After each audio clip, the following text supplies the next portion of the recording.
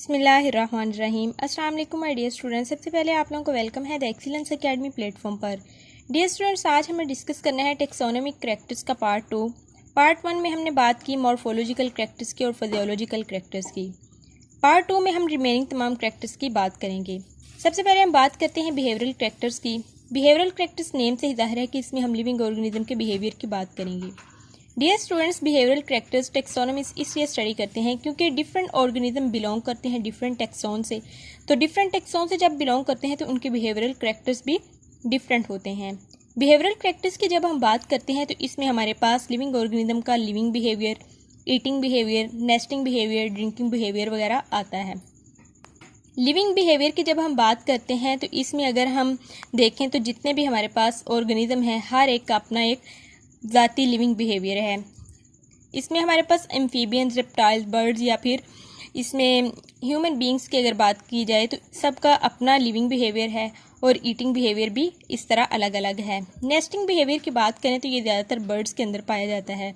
Birds में भी अगर हम देखें तो इसमें तमाम बर्ड्स जो हैं वो नेस्टिंग नहीं करती क्योंकि हर बर्ड को शेल्टर के लिए नेस्ट की ज़रूरत नहीं होती। तो वो अपने अपने लिविंग बिहेवियर के हिसाब से वो फिर या तो नेस्ट बनाती हैं या नहीं बनाती।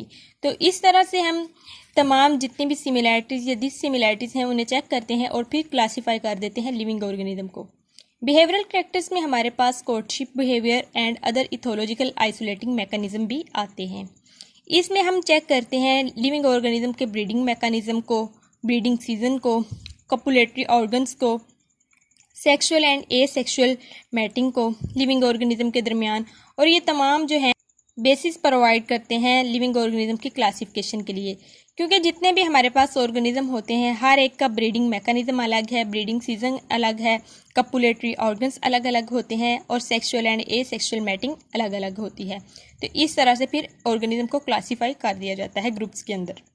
नेक्स्ट हम बात करते हैं इकोलॉजिकल करैक्टर्स की। तो डियर स्टूडेंट्स, इकोलॉजिकल करैक्टर्स में हम लिविंग ऑर्गेनिज्म के उनके इन्वायरमेंट के बायोटिक और एबायोटिक फैक्टर्स के साथ इंटरेक्शन को स्टडी करते हैं क्योंकि इसमें स्पीशीज़ टू स्पीशीज़ वेरिएशन पाई जाती है। हर स्पीशीज़ की नेचर के अंदर अपनी एक नीच होती है, अपना रोल होता है और इस बना पे स्पीशीज़ जो हैं क्लोजली रिलेटेड स्पीशीज़ की भी आपस में वेरिएशन पाई जाती हैं।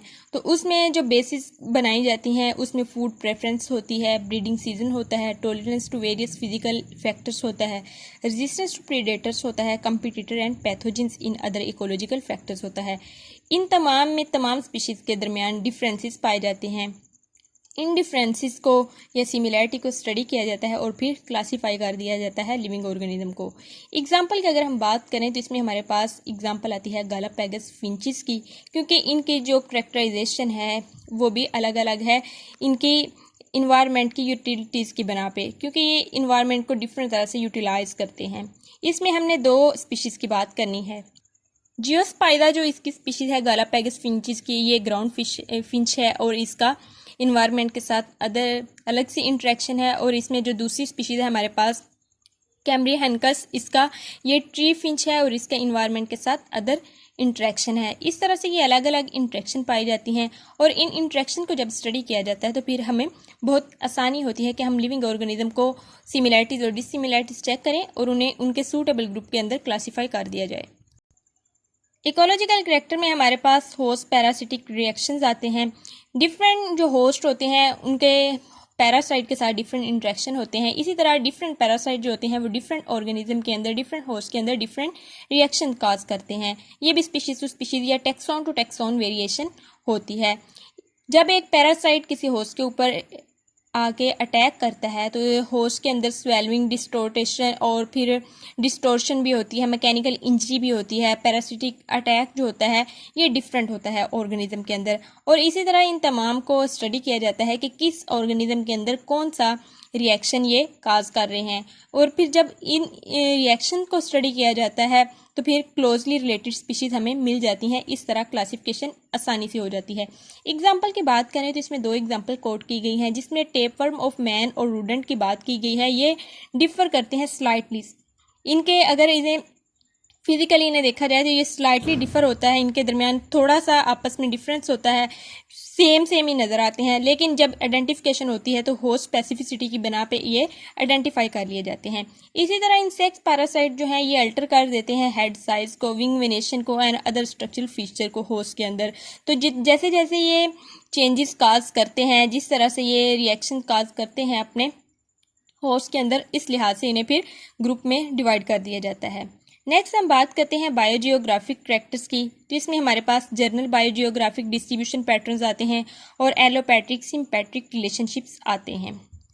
बायोजियोग्राफिक कैरेक्टर्स की जब हम बात करते हैं तो ये भी नेम से ज़ाहिर है कि इसमें लिविंग ऑर्गेनिज्म की डिस्ट्रीब्यूशन स्टडी की जाती है उनके रीजन्स के लिहाज से, कि किस रीजन के अंदर पाए जाने वाले कौन से जानदार जो हैं उनके अंदर क्या क्या एबिलिटीज़ हैं।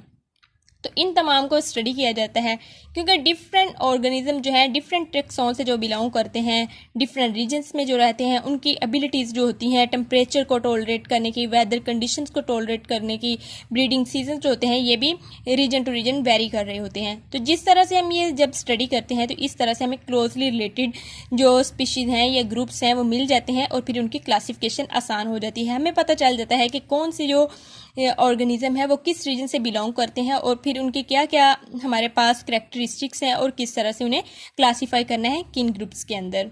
इसमें हम जर्नल बायोजियोग्राफिक डिस्ट्रीब्यूशन पैटर्न्स की जब बात करते हैं तो इसमें जो रिसर्चर होते हैं वो एग्जामिन करते हैं स्ट्रक्चरल चेंजेस को, कि किस तरह से ये को रिलेट कर रहे हैं जियोग्राफी के साथ।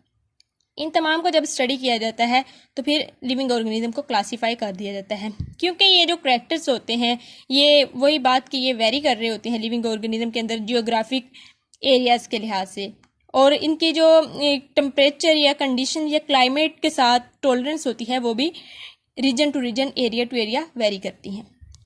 Allopatric sympatric relationships of population में दरअसल हमने बात करनी होती है पॉपुलेशन की कौन स्पेसिफिक की, कि किस तरह से जो पॉपुलेशन हैं वो आपस में कौन स्पेसिफिक हैं भी या नहीं हैं। तो जब हम एलोपैट्रिक सिम्पैट्रिक रिलेशनशिप को स्टडी करते हैं तो इसमें हमें क्लोजली रिलेटेड स्पीशीज़ मिल जाती हैं।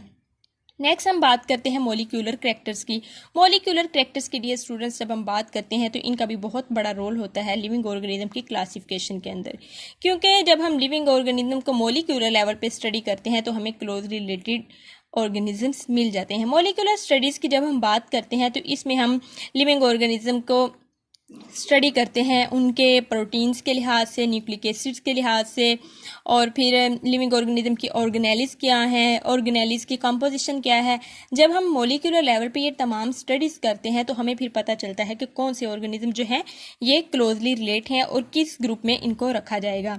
इस तरह से ये तमाम मॉलिक्यूलर टेक्निक्स यूज़ की जाती हैं। मॉलिक्यूलर टेक्निक्स जब हम यूज़ करते हैं तो फिर हमें सीक्वेंसेस मिल जाते हैं अमाइनो एसिड के, किस ग्रुप के अंदर किस ऑर्गेनिज्म के अंदर क्या सीक्वेंसेस हैं। इसी तरह डीएनए बेसिस के सीक्वेंसेस की जब हम स्टडी करते हैं तो हमें डीएनए सीक्वेंसेस बेसिस की सीक्वेंसेस स्टडी करके भी ये पता चलता है कि कौन से ऑर्गेनिज्म जो है वो क्लोजली रिलेट हैं। इसी तरह ऑर्गेनेलिस की कंपोजिशन भी स्टडी की जाती है। तो ये इस तरह से ये तमाम स्टडीज़ करके हमें बहुत आसानी हो जाती है कि लिविंग ऑर्गेनिज्म को हम इजीली क्लासीफाई कर सकें।